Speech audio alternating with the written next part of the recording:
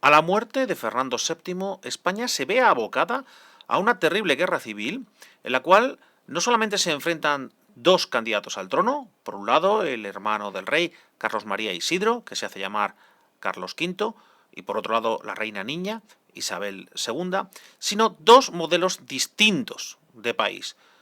Carlos representaba a los absolutistas, los partidarios del antiguo régimen, los partidarios de la autoridad plena del rey, mientras que María Cristina representaba a los reformistas y a los liberales, que habían formado una alianza de futuro incierto, que precisamente vamos a estudiar en qué consistirá.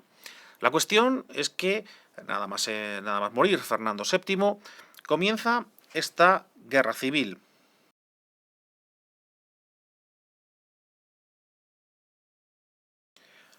Una guerra civil que va a durar desde 1833 a 1840, en la cual el presidente Carlos V, hermano de Fernando VII, representa los valores de la tradición, es decir, el mantenimiento a ultranza del antiguo régimen, con gran protagonismo de la nobleza y el clero. Nada más morir su hermano, declaró a Isabel II como usurpadora y encabeza una insurrección que significa el comienzo de una guerra civil. Una guerra civil en la que es muy importante tener en cuenta que no cuenta con el apoyo de gran parte del ejército, ya que en la última etapa Fernando VII había limpiado de carlistas las filas del ejército, que a su muerte es más liberal de lo que era unos años antes. ¿Qué es lo que defienden los carlistas? ¿Cuál es su ideología? La ideología del carlismo se resume en su viejo lema: Dios, patria, rey y leyes viejas. Leyes viejas se referían a los fueros, las leyes medievales. Proclaman Dios. Con Dios quiere decir que su aspiración es una teocracia, donde el clero católico tenga un gran protagonismo y mando. Patria, ya que hacen una exaltación nacionalista constante. Rey, por cuanto defienden la monarquía plena, la monarquía absoluta. Eso sí, matizada, porque por encima del rey está la religión y la tradición. No es una monarquía absoluta al estilo francés, donde el rey verdaderamente lo puede todo, sino una monarquía tradicionalista, en la cual el rey no está por encima ni de religión ni de tradición. En último lugar, estaría fueros. Pretenden la vuelta a los privilegios de las regiones, en contra de la igualdad ante la ley del liberalismo. Y es que esa es una de las principales diferencias entre el antiguo régimen y el liberalismo. El antiguo régimen es el sistema de privilegios, de leyes privadas, de que cada grupo o cada persona tiene su propia ley. Mientras que el liberalismo encarnaba la igualdad ante la ley como uno de sus derechos fundamentales. En el desarrollo de la primera guerra carlista podemos distinguir tres fases. La primera sería lo que se inicia y consolidación de lo que es el bando carlista, que va de octubre del 33 a junio del 35. Tenemos que tener en cuenta lo que comentamos a continuación, y es que la mayor parte del ejército no apoya a Carlos. Así que en un primer momento los carlistas son derrotados por el ejército, que es mayoritariamente isabelino, cristino. Los pocos carlistas del ejército han de retirarse a zonas montañosas, en las que con el apoyo de gran parte de la población acabarán formando guerrillas. Hay una excepción, y es la zona vasco-navarra. Ahí sí llegan a organizar un ejército pequeño, pero muy rápido, muy bien organizado, que al mando del general Zumalacárregui consigue derrotar a los liberales una y otra vez y asegurar esa zona para los partidarios de Don Carlos. La zona vasco-navarra va a quedarse como una zona permanentemente controlada por los carlistas. Cada vez que los liberales intentaban enviar un ejército para allá, para recuperar estas zonas, eran derrotados. Pero, atención, las ciudades siguen controladas por los liberales, especialmente las costeras, como Bilbao. Los carlistas recibieron órdenes de tomar Bilbao, ya que necesitaban una ciudad importante y costera para poder pedir ayuda a las potencias partidarias del antiguo régimen, como Austria, como Prusia o como Rusia, que estarían dispuestas a enviar ayuda siempre y cuando la guerra fuese en serio. Y para demostrar que podían ganar los carlistas era imprescindible tomar una ciudad importante y puerto. Bilbao era la que tenían más cerca, así que hacia allá se dirigen los carlistas, pero atención, no están lo suficientemente preparados para ese asalto y son derrotados en el asedio a Bilbao. Lo peor para ellos no es solo la derrota, sino que en dicho asedio también muere su general Zumalacárregui, privando a los carlistas del que era su mejor activo. La segunda fase de la guerra carlista la denominamos fase de las expediciones. Va de junio del 35 a octubre del 37. Viendo que el control de la zona vasco-navarra les permitía eso, controlar la zona vasco-navarra, pero no podían salir de allí, la única solución que se le ocurre a los partidarios de Don Carlos es intentar sublevar a toda la población española, que le era mayoritariamente favorable, contra Isabel II. Para ello, lo que van a intentar es crear pequeños ejércitos muy rápidos que van a hacer las llamadas expediciones, es decir, van a salir de la zona vasco-navarra y van a recorrer España, perseguidos por los ejércitos isabelinos o cristinos, intentando reclutar tropas y fomentando la rebelión contra Isabel. Estas expediciones tuvieron éxito en el sentido de que no consiguieron ser derrotadas por los liberales. Estos pequeñísimos columnas carlistas conseguían recorrerse incluso toda España, huyendo y evitando ser alcanzados por los ejércitos liberales, pero los efectos prácticos fueron escasos, ya que, aunque cuando llegaban a un pueblo, ese pueblo solía mostrarles simpatía, según salían de ese pueblo y llegaba detrás el ejército isabelino, pues en ese pueblo pues, se quedaba la cosa como estaba, apoyaban a Isabel II y ahí como si no hubiese pasado nada. La expedición más importante de la guerra va a ser la llamada Expedición Real, que se produce en 1837, en la cual es el propio Don Carlos María Isidro, el pretendiente, el que lleva su ejército para intentar llegar a Madrid, no para tomar Madrid, sino para llegar hasta la capital para dialogar e intentar un acuerdo de paz con María Cristina. Pero María Cristina, presionada por los liberales, no se presenta a negociar. La expedición concluye en un fracaso, tienen que retirarse de vuelta a la zona vasco-navarra y este fracaso en la expedición real marcará la derrota final de la guerra carlista.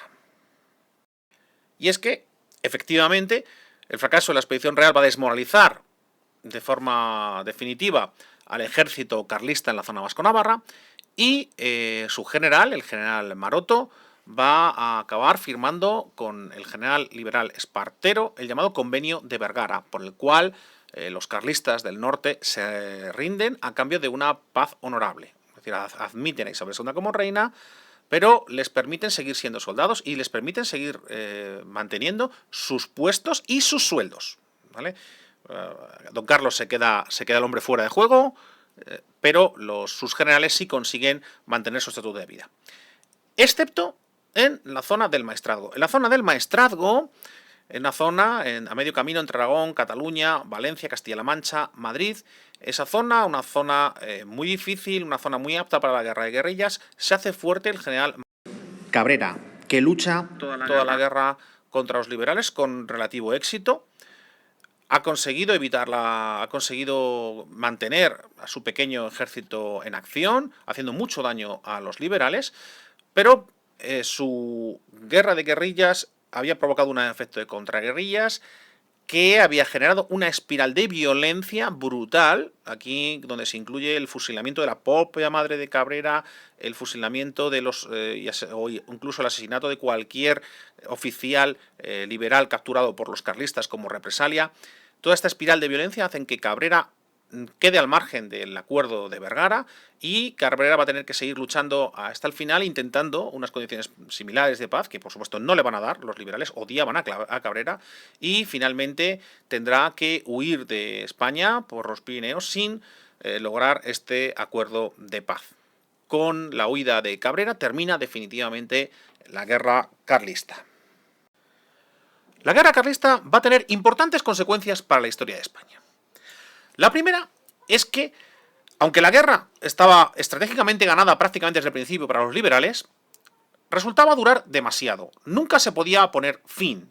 Los liberales siempre parecían a punto de ganar la guerra, pero en ese momento siempre había una grave derrota frente a los carlistas que hacía que la guerra se prolongase.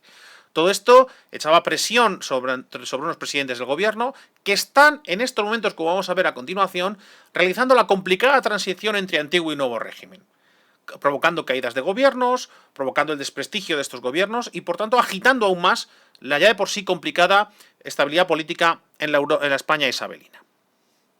La segunda consecuencia importante es que el ejército se convierte en protagonista político y lo va a ser durante prácticamente el siguiente medio siglo.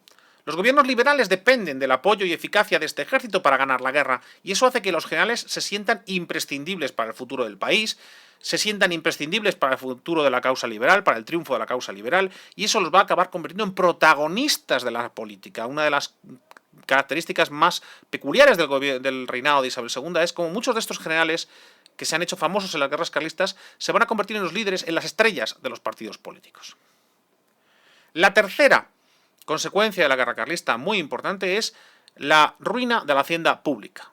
En un país ya de por sí pobre y atrasado, los gastos económicos de una guerra obligan a la hacienda a intentar medidas especiales, como por ejemplo la desamortización o la ampliación de la deuda pública, que van a hacer que el liberalismo empiece en España con una situación financiera francamente crítica. Y mientras se combate la guerra carlista, ¿qué pasa con la mayoría de España que es leal a Isabel II y a su madre María Cristina? Pues que van a hacer algo que ya habíamos visto durante la Guerra de Independencia, que es el más difícil todavía, es mezclar una guerra con una revolución, es decir, van a intentar transformar España en un ambiente de guerra civil. En un primer momento, el que llamamos ciclo moderado, del 33 al 35, lo que tenemos es a María Cristina, que no era liberal, intentando llevar a cabo su programa de gobierno, que no era otra cosa que la continuación del programa reformista de Fernando VII durante la década ominosa. Por ello, el gobierno está en manos del reformista Cea Bermúdez y destacan varias reformas importantes que se hicieron en este periodo, como la división de España en provincias por Javier de Burgos, realizada en 1833, y que es la que hay en la actualidad, con la única excepción de la provincia extra que se añadió, antes era la provincia de Canarias y ahora pues se divide en Las Palmas y en Tenerife. Ese es el único cambio que se ha hecho desde esta reforma que hizo en 1833 Javier de Burgos. Pero pronto los liberales empezaron a querer ocupar espacio. Así que los reformistas de María Cristina van a tener que ceder poder ante estos liberales. ¿Cuál va a ser la solución? Si María Cristina no era liberal, ¿qué puede hacer para llevarse bien con los liberales? Bueno, pues llamar al gobierno a aquellos liberales que por su ideología podían ser más próximos a los reformistas, que van a ser los doceañistas, los moderados. Estos van a llegar por primera vez al gobierno en 1834 con su figura Martínez de la Rosa, el cual va a intentar contentar al liberalismo haciendo una constitución, pero contentando al reformismo no haciendo una constitución. Ese híbrido extraño, que ni es una constitución, pero intentan pasarlo como tal, es el llamado Estatuto Real. Es una especie de sucedáneo de constitución que pretendía poner de acuerdo a reformistas y a liberales. El Estatuto Real, como vemos, pretendía hacerse pasar por una constitución sin serlo. Tiene cosas de una constitución, como es una especie de embrión de separación de poderes, en el cual hay un poder legislativo con dos cámaras, el estamento de próceres, equivalente a un senado, y un estamento de procuradores, equivalente a un congreso de diputados. Tiene un sufragio muy restringido, evidentemente necesitario muy restringido para votar al estamento de procuradores. Entonces, pretendía eso, pues ser un camino medio entre los reformistas y los liberales, que intenta sacar adelante el prestigio de Martínez de la Rosa o el conde de Toreno. Pero sin éxito. Al final, malas noticias de la guerra carlista, con los triunfos de Zumalacárregui, una epidemia de cólera y brotes revolucionarios exaltados van a acabar dando al traste con este periodo moderado, y van a llegar al poder a los exaltados. Los exaltados van a llegar al poder de la mano de Mendizábal. Mendizábal va a conseguir poderes extraordinarios de las Cortes con la promesa de conseguir acabar de una vez por todas con la guerra. Él estaba totalmente convencido de que sabía lo que había que hacer para terminar la guerra carlista y para instaurar un régimen liberal en España. Su fórmula, la fórmula que él pensaba que iba a acabar la guerra, es la desamortización. Quería reclutar un número ingente de soldados, para eso hacía falta dinero. ¿De dónde iba a sacar el dinero?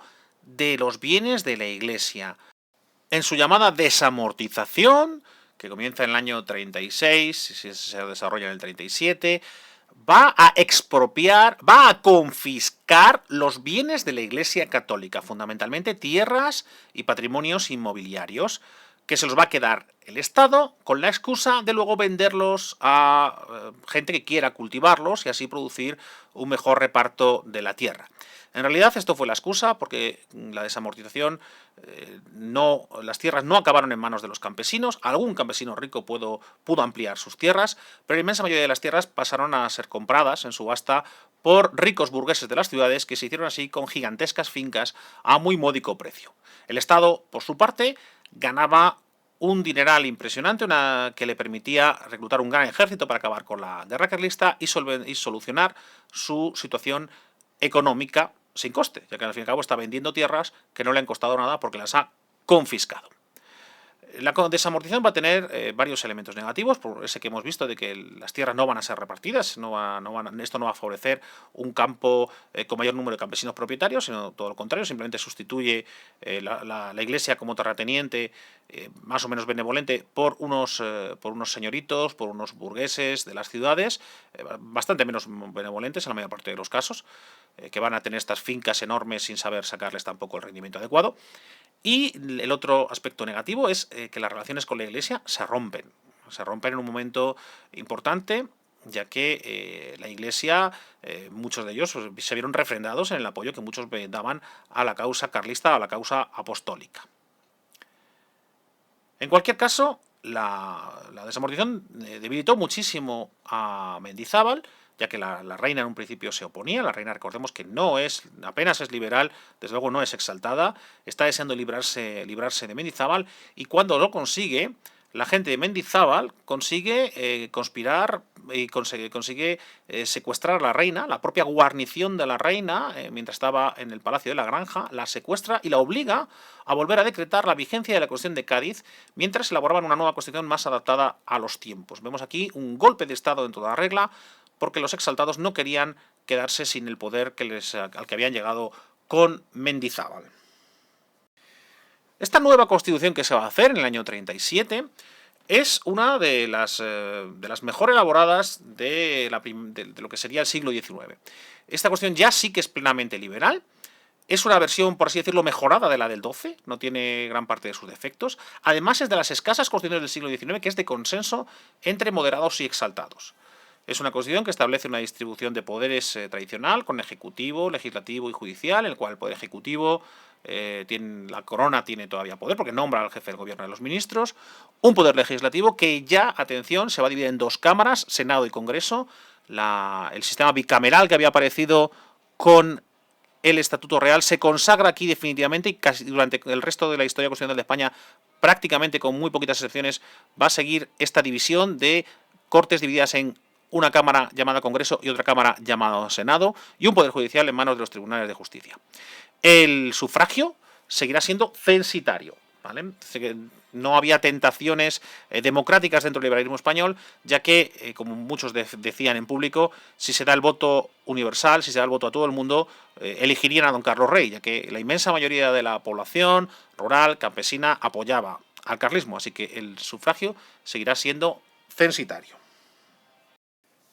Tras la elaboración de la Constitución de 1837, los moderados vuelven a poder en una última fase, un último ciclo que va a durar del año 37 al 40.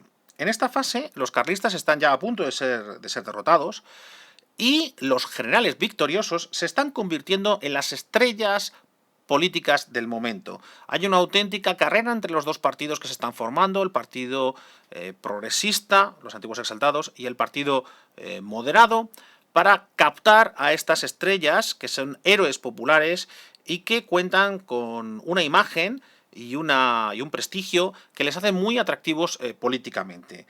El más importante de todos ellos será Espartero, que es el que concluye prácticamente la guerra carlista con el abrazo de Vergara que vimos anteriormente, en el cual se le había rendido el carlista Maroto, y es percibido como tal por la población española, que le considera como un héroe. Espartero va a ser fichado, por así decirlo, por el Partido Progresista y les llevará al poder en 1840. Y una vez en el poder hará algo bastante peculiar, que es echar a la regente, a María Cristina, es decir, renunciar a ser simplemente jefe de gobierno y convertirse él mismo en regente, es decir, convirtiéndose en jefe del Estado, ¿vale? Comienza así la que será la regencia de Espartero. Como vemos, Espartero es un personaje político peculiar. Él no es un político, él es un militar, destaca por su valor, destaca por su constancia, que se ha hecho un auténtico héroe en España porque se le considera el gran vencedor de la guerra carlista, que se ha adscrito al Partido Progresista y que cuando llega al poder decide convertirse él mismo en jefe de Estado, convirtiéndose en regente. ¿Cómo va a ser este periodo que denominamos la regencia Espartero, que va desde el año 1840 a 1843?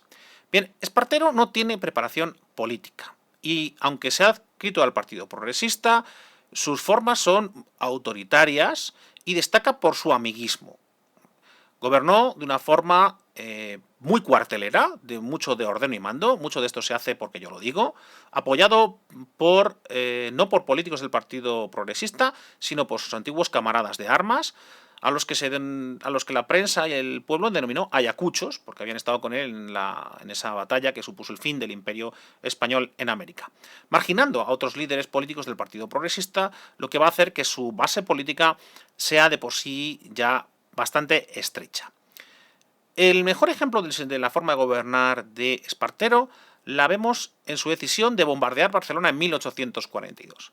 Espartero, como los progresistas, contaba con el apoyo de la embajada británica, que enredaba bastante en aquellos tiempos en la corte española.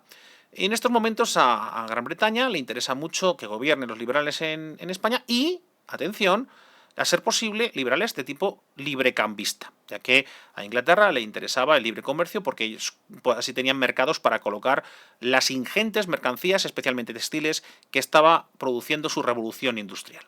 Pues bien, Espartero obedece los consejos de la embajada británica, decreta una medida librecambista y esto suponía la ruina para la incipiente, atrasada y cara industria textil de Barcelona, que contra esta medida librecambista se sublevó, algo que ya hemos visto que era bastante habitual en este periodo de las regencias. Sin embargo, Espartero no le venían con tonterías. Espartero, cuando se intentó de la rebelión, dijo pues, que habría que acabarla a sangre y fuego, así que ordenó que desde el castillo de Montjuic se bombardease Barcelona, lo cual dejó espantado, por supuesto, a la población, que rápidamente apagó la rebelión, dejó la rebelión, pero a toda la clase política española, que se quedó anonadada de ver la contundencia, la dureza, incluso la crueldad de Espartero. Esto le hizo perder muchísimos apoyos y que se empezase a gestionar un movimiento de oposición en el cual van a confluir una parte del Partido Progresista que se sentía ninguneada por Espartero y, evidentemente, los moderados, que ahora están dirigidos por otro general que se había hecho famoso derrotando a los carlistas, el general Ramón María Narváez. Progresistas y moderados organizan un ejército que desembarca en Valencia, desde allí avanzan hacia Madrid, en el pueblo de Torrejón de Ardoz les hace frente un ejército esparterista, dirigido por el general Seoane, que será derrotado por Narváez y que obligará a Espartero a huir de España y dejar el poder. España quedaba entonces no solo sin jefe de gobierno, sino también sin jefe del Estado. Recordemos que Espartero era jefe del Estado, era el regente. Así que los progresistas y moderados tendrán una primera tarea difícil, que será elegir quién sería el nuevo regente. Lo veremos en el próximo episodio.